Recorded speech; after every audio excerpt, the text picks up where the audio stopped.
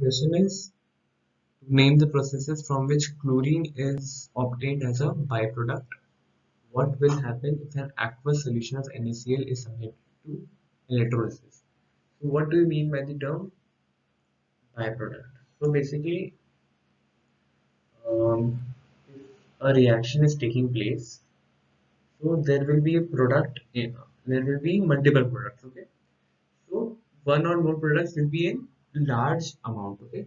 But there will be some products that will be present in very small quantity or that are not desired, okay? Like sometimes water is produced, okay? So these are known as byproducts. So we have to name the process in which chlorine is obtained as a byproduct. Moving on to the answer.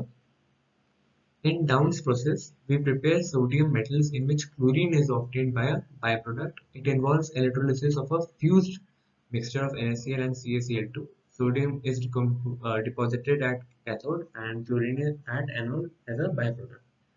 So we got it. The answer is in Downs process, we can get chlorine as a byproduct. Chlorine is deposited at anode and the sodium is deposited at cathode. So what is this Downs process? It is basically the electrolysis of fused mixture of NaCl and CaCl2.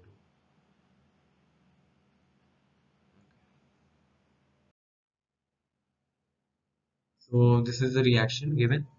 So NaCl, now we know that it is composed of Na plus and Cl minus ions. So at cathode, reduction takes place. So Na plus electron giving rise to Na, and at anode oxidation takes place. So Cl minus giving rise to Cl2 half plus an electron. So that's it.